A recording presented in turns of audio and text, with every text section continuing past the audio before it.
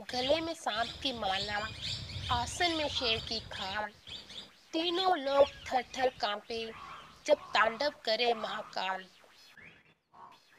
नमस्कार दोस्तों, आज मैं आपको देवों के देव महादेव 5155 साल प्राचीन पांडव गुफा, जिसमें आप शंभु स्वयंभू आदि देव विराजमान हैं।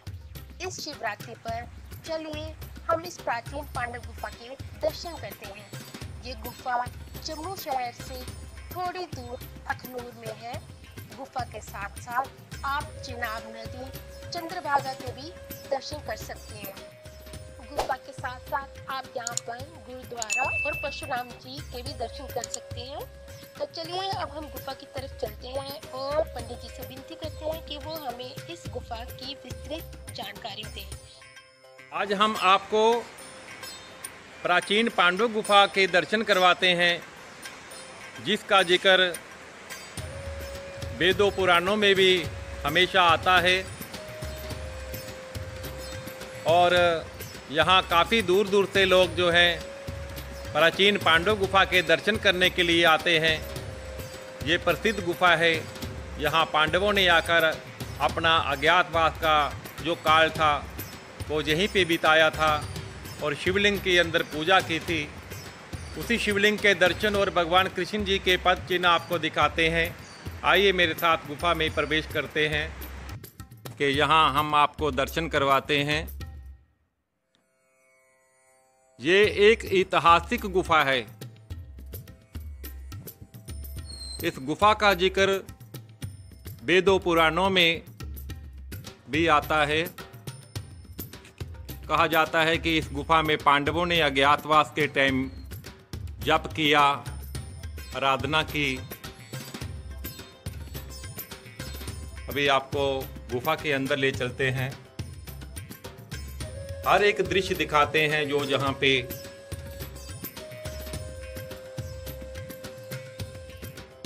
अंदर है। अंदर प्रवेश करते ही जहाँ कार्तिक और गणेश जी की मूर्ति स्थापित है और इन्हीं के बिल्कुल साथ धर्मराज की मूर्ति और चित्रगुप्त की मूर्ति स्थापित है। ये ऊपर से आप देखेंगे बिल्कुल नेचुरल गुफा है। ये सब कुछ पुराना है,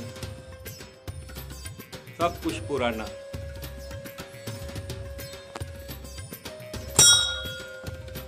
यहाँ एक पत्थर के ऊपर भगवान कृष्ण जी के बाल रूप के पांव के निशान हैं। ये देखिए, यहाँ भगवान कृष्ण बालक रूप बनाकर ग्वाले बनकर पांडवों से मिलने के लिए आते थे और इन्हीं पांव के साथ बिल्कुल साथ में देखिए ये भगवान कृष्ण जी के पांव के निशान हैं और यहाँ पे गांव माता के ये गाय के खुर हैं, गाय के पांव के निशान। बहुत दूर दूर से लोग आते हैं यहाँ पे दर्शन करने के लिए भगवान कृष्ण जी के चरणों के। और अंदर ये सामने शिवलिंग हैं जिनकी पूजा पांडव करते थे। ये शिवलिंग 5155 साल पुराने हैं, आप शंभु हैं।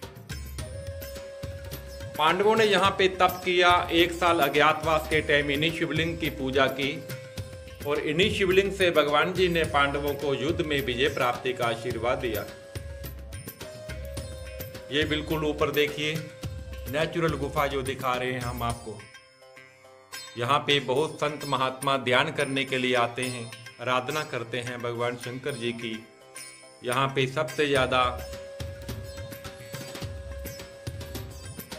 काल सर्प योग की पूजाएं होती हैं। ये काली माता जी की मूर्ति का दर्शन कीजिए और इनके बिल्कुल साथ यहाँ पे राधा कृष्ण जी की मूर्ति स्थापित है और शिवलिंग के दूसरी तरफ बिल्कुल पास में भगवान गौरी शंकर जी की मूर्ति स्थापित है। यहाँ पांडवों ने 1 साल तप किया। ये पांडवों की मूर्तियां हैं पुरानी। यहाँ पे युधिष्ठिर जी हैं, इनके बिल्कुल साथ अर्जुन जी की मूर्ति स्थापित है। इनके बिल्कुल साथ द्रौपदी जी विराजमान हैं और दूसरी तरफ यहाँ भीम, नकुल और सहदेव जी की मूर्ति यहाँ पे स्थापित है। कहा जाता है कि यहाँ पांडवों ने एक साल भगवान शंकर जी की पूजा की, आराधना की और इसी गुफा में भगवान कृष्ण पांचों पांडव बैठकर रणनीति बनाते थे, प्लानिंग करते थे। ये विराट नगरी है। राजा विराट के पास पांचों पांडव जो थे बेस बदल के रहते थे, जिसमें भीम रसोईया बन गए, द्रौपदी दासी बन के रहती थी, नकुल सहदेव घोड़ों की देखरेख का काम करते थे, अर्जुन नृत्य सिखाते थे। ये हनुमान जी की मूर्ति की पूजा भीम करते थे। ये भी हनुमान जी की पुरानी मूर्ति है। यहाँ पे शिवरात्रि में यहाँ पे बहुत बड़ा मेला लगता है। बहुत दूर दूर से भक्त लोग आते हैं, भगवान शंकर जी के दर्शन पाते हैं, आशीर्वाद प्राप्त करते हैं और अपने आप को सौभाग्यशाली समझते हैं। इसी गुफा का एक दूसरा रास्ता है, जिस रास्ते से भगवान कृष्ण पांडवों को लेके अमरनाथ को जाते थे। बाद में इसी रास्ते से कुछ महात्मा गए थे, वो वापस नहीं आए। सांप निकलते थे अंदर से, नाग देवता आते थे। फिर इस गुफा को बाद में यहाँ के प्रशासन ने बंद करवा दिया था।